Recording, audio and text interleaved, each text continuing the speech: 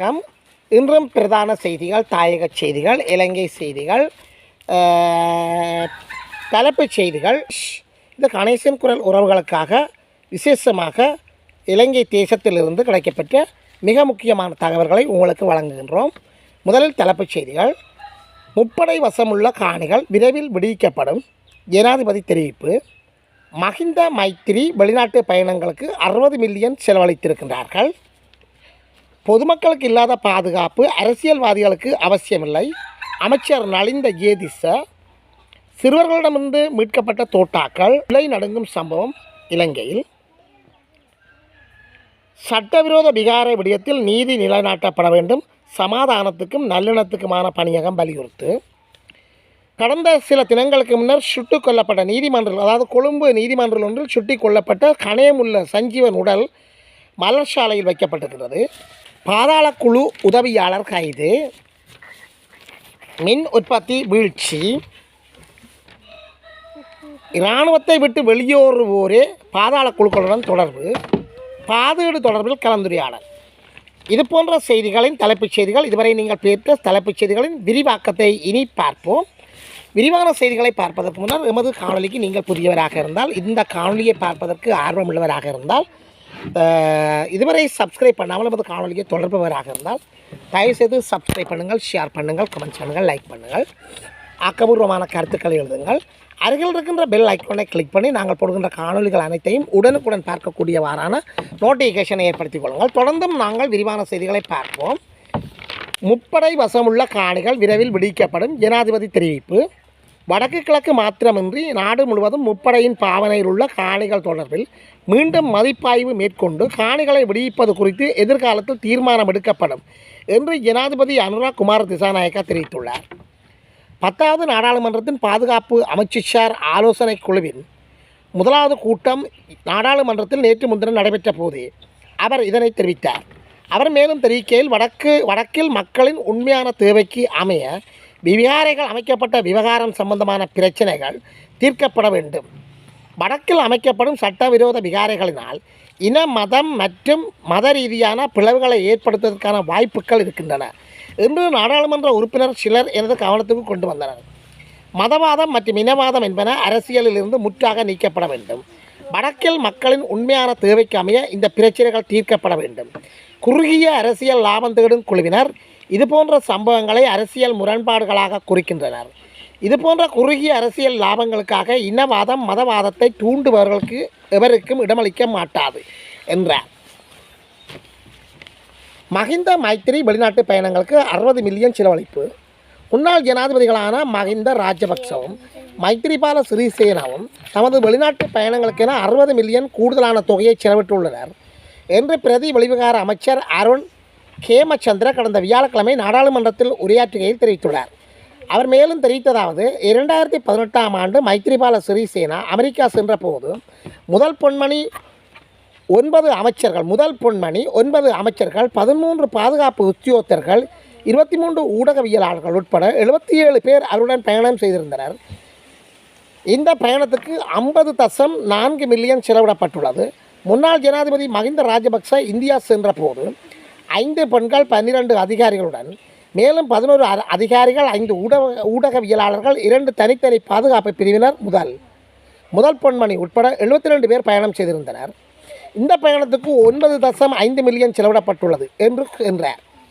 மக்களுக்கு இல்லாத பாதுகாப்பு அரசியல்வாதிகளுக்கு அவசியமில்லை, அமைச்சர் நலிந்த ஜேதிச. பொதுமக்களுக்கு இல்லாத பாதுகாப்பு அரசியல்வாதிகளுக்கு அவசியமில்லை, பொதுமக்களின் பாதுகாப்பிலேயே அரசாங்கம் அதிக கவனம் செலுத்தியுள்ளது என்று அமைச்சரவை ஊடக பேச்சாளர் நலிந்த ஏதிச தெரிவித்துள்ளார். அவர் மேலும் தெரிவிக்கையில், கனேமுள்ள சஞ்சீவன் கொலையை காரணம் காட்டி அரசியல்வாதிகளுக்கு மீண்டும் பாதுகாப்பு வழங்கப்பட வேண்டும் என்ற கருத்தையும் எதிர்க்கட்சிகள் முன்வைத்திருக்கின்றன. உண்மையிலேயே அரசியல்வாதிகள் தங்களது தனிப்பட்ட விடயங்களுக்காக பாதுகாப்பை பயன்படுத்தியுள்ளனர். தேசிய பாதுகாப்பு தொடர்பில் அதிக அவதானம் செலுத்தி வருகின்றோம். அண்மைய தினங்களாகவே நாட்டின் பல பிரதேச பாதாள உலக செயற்பாடுகள் பதிவாகி இருந்தன. அவை தொடர்பிலும் உரிய விசாரணைகள் மேற்கொள்ளப்பட்டு வருகின்றன. அந்த கலாச்சாரத்தை மீள இலங்கையில் உருவாக்க விடமாட்டோம் என்றார். சிறுவர்களிடம் மீட்கப்பட்ட தோட்டாக்கள். கண்டி கசலக்க பிரதேசத்தில் சிறுவர்களிடமிருந்து சுமார் 30 துப்பாக்கி ரவைகள் மீட்கப்பட்டுள்ளன என்று போலீசார் தெரிவித்துள்ளனர். கசலக்க போலீஸ் பிரிவுக்குட்பட்ட பகுதியில் உள்ள வீடொன்றில் கடந்த புதன்கிழமை சிறுவன் ஒருவன் அடுப்புக்குள் இட்டு எரிந்த பொருள் வெடித்ததை அடுத்து வீட்டார் அது தொடர்பில் போலீசாருக்கு தெரியப்படுத்தி இருந்தனர். போலீசார் மேற்கொண்ட விசாரணையில் அந்த பகுதியில் உள்ள வீடொன்றுக்கு அருகில் விளையாடி கொண்டிருந்த சிறுவர்கள் அருகில் மரப்பலகைகள் அடுக்கப்பட்டிருந்த இடத்தில் கண்டெடுத்த துப்பாக்கி ரவைகளை தங்களுக்கிடையே பகிர்ந்துள்ளமை கண்டறியப்பட்டுள்ளது. அதில் ஒரு சிறுவன் விளையாட்டாக துப்பாக்கி ரவையை அடுப்பில் போட்டபோது அது வெடித்துள்ளமையும் விசாரணையில் கண்டறியப்பட்டுள்ளது. அதையடுத்து சிறுவர்களின் வீடுகளில் மேற்கொள்ளப்பட்ட சோதனைகளில் 30 துப்பாக்கி ரவைகள் மீட்கப்பட்டுள்ளன. இந்த சம்பவம் தொடர்பான விசாரணைகள் போலீசாரால் முன்னெடுக்கப்பட்டு வருகின்றன. கனேமுல்ல உடல் மலர்ச்சாலையில் கனேமுல்ல சஞ்சீவ அதாவது அண்மையில் கொழும்பு நீதிமன்றில் சுட்டுக் கொல்லப்பட்ட பாதாள உலக குழுவின் நபர் ஒருவரான கனேமுல்ல சஞ்சீவன் உடல் புரளையில் உள்ள தனியார் மலர்ச்சாலையில் அஞ்சலிக்காக வைக்கப்பட்டுள்ளது.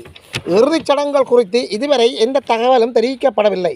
சஞ்சீவவின் உடல் அடக்கம் செய்வதற்கு கொழும்பு தலைமை நீதவான் தனுஷா லக்ஷ்மாலி அனுமதி வழங்கி உத்தரவிட்டிருந்தார். இந்த நிலையில் கனேமுல்ல சஞ்சீவன் உடல் அவரது உறவினர்களிடம் ஒப்படைக்கப்பட்டது. பாதாள குழு உதவியாளர் கைது.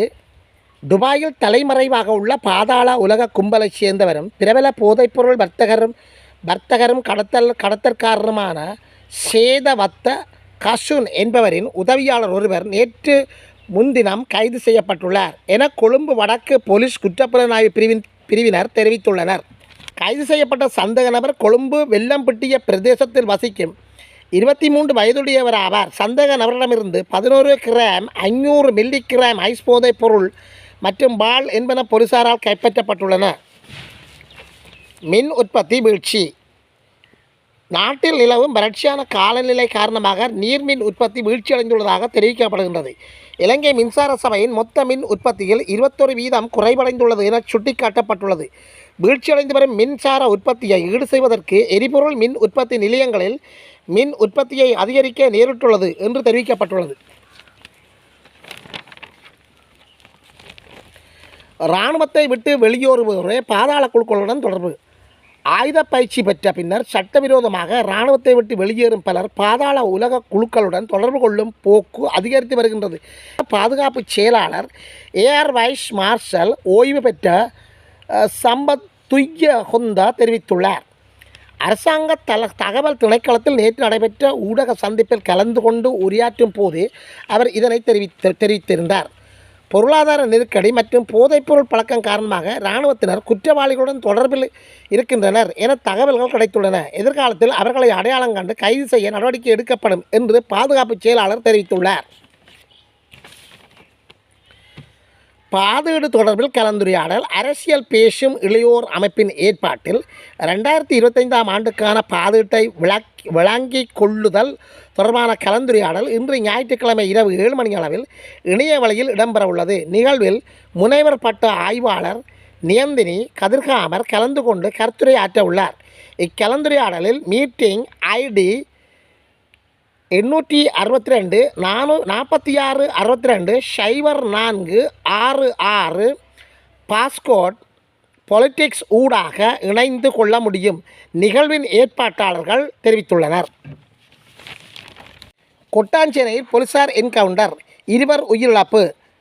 கொழும்பு கொட்டாஞ்சேனையில் நேற்று முன்தினம் நடைபெற்ற துப்பாக்கி பிரயோக சம்பவத்தில் கைது செய்யப்பட்ட சந்தேக நபர்கள் 2 போலீசாரின் துப்பாக்கிச் சூட்டில் உயிரிழந்துள்ளனர். கொட்டாஞ்சேனை பகுதியில் நேற்று முன்தினம் இடம்பெற்ற துப்பாக்கிச் சூட்டில் வர்த்தக நிலையம் ஒன்றின் உரிமையாளரான சசிகுமார் என்பவர் உயிரிழந்திருந்தார். துப்பாக்கிச் சூடு நடத்திவிட்டு தப்பிச் சென்ற கொலையாளிகளை கொடவத்தையில் வைத்து போலீசார் மடக்கி பிடித்து கைது செய்து அவர்களிடம் மேற்கொண்ட விசாரணையில் சந்தேக நபர்கள் 2 மறைத்து வைத்திருந்த ஆயுதங்களை காட்டுவதற்காக போலீசாரினால் அழைத்துச் செல்லப்பட்டிருந்த நிலையில் போலீசாரின் துப்பாக்கியை பார்த்து போலீசார் மீது சந்தேக நபர்கள் துப்பாக்கிச் சூடு நடத்த முற்பட்டுள்ளனர். இதனால் போலீசார் பதில் துப்பாக்கிச் சூட்டில் குறித்த 2 உயிரிழந்துள்ளனர். இந்த சம்பவத்தில் போலீஸ் உத்தியோகத்தர் ஒருவர் காயமடைந்த நிலையில் மருத்துவமனையில் சேர்க்கப்பட்டுள்ளார். சம்பவம் தொடர்பில் போலீசார் மேலதிக விசாரணைகளை ஆரம்பித்துள்ளனர். வர்த்தக அமைச்சர் மீது காணி மோசடி வழக்கு. வர்த்தக உணவு பாதுகாப்பு மற்றும் கூட்டுறவு அபிவிருத்தி அமைச்சர் வசந்த சமரசிங்கக்கு எதிராக காணி மோசடி வழக்கு தாக்கல் செய்யப்பட்டு விசாரணைக்கு எடுத்துக்கொள்ளப்பட்டுள்ளது.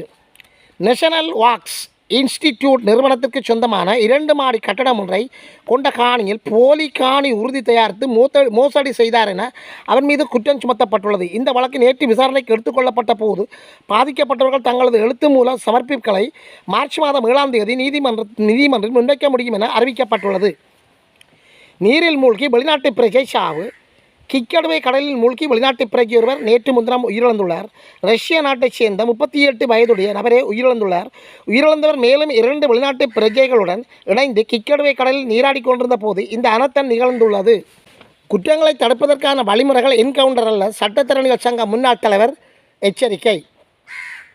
போலீசாரின் என்கவுண்டர் கொலைகள் குற்றங்களை தடுப்பதற்கான வழிமுறைகள் அல்ல என இலங்கை சட்டத்தரணிகள் சங்கத்தின் முன்னாள் தலைவர் ஷாலிய பீரிஸ் எச்சரித்துள்ளார்.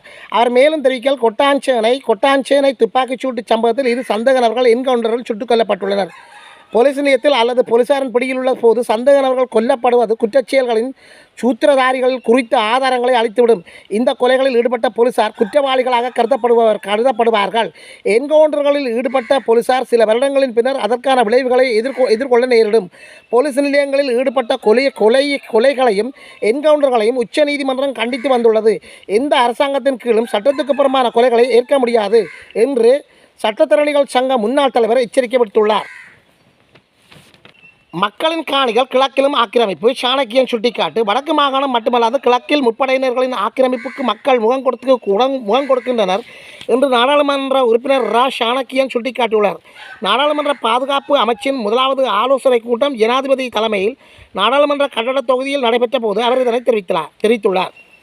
இராணுவ முகாம்களான முரக்கொட்டாஞ்சோனை, பாலியடி, வட்டைக்குருக்கள் மடம், காயங்கேணி, புதூரில் விமானப்படையினரால் கையகப்படுத்தப்பட்ட காணி, தாண்டியடி துயிலும் இல்லம் மற்றும் களுவாஞ்சிக்குடி போலீஸ் நிலையம் என்பன பொதுமக்களுக்கு சொந்தமான நில ஆக்கிரமிப்புகளே.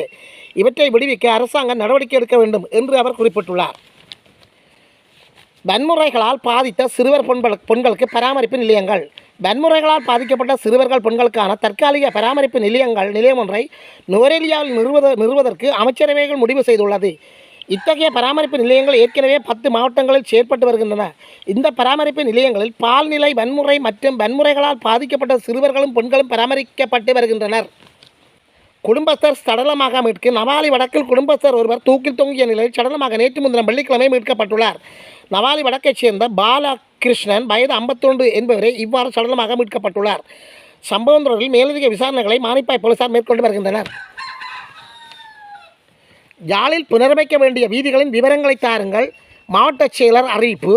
யாழ்ப்பாண மாவட்டத்தில் புனரமைக்க வேண்டிய வீதிகளின் விவரங்களை வீதி அபிவிருத்தி அதிகார சபை, வீதி அபிவிருத்தி திணைக்களம் மற்றும் உள்ளூராட்சி மன்றங்கள் ஆகியன இணைந்து சரியான முறையில் தயாரித்து சமர்ப்பிக்குமாறு யாழ் மாவட்ட பதில் செயலாளர் பிரதீபன் அறிவித்துள்ளார். வீதி புனரமைப்பு தொடர்பான கலந்துரையாடல் யாழ் மாவட்ட செயலகத்தில் கடந்த வெள்ளிக்கிழமை நடைபெற்ற போது அவர் இதனை தெரிவித்துள்ளார். அரசால் வரவு செலவு திட்டத்தின் ஊடாக வடக்கு மாகாணத்தின் வீதிகளை புனரமைப்பதற்காக நிதி ஒதுக்கீடு செய்யப்பட்டுள்ளது. அதற்கமைய மாவட்டத்தில் புனரமைக்க வேண்டிய வீதிகளின் விவரங்களை துல்லியமான முறையில் தயாரித்து உரிய அமைச்சுக்கு வழங்க வேண்டும் என்று அவர் குறிப்பிட்டுள்ளார்.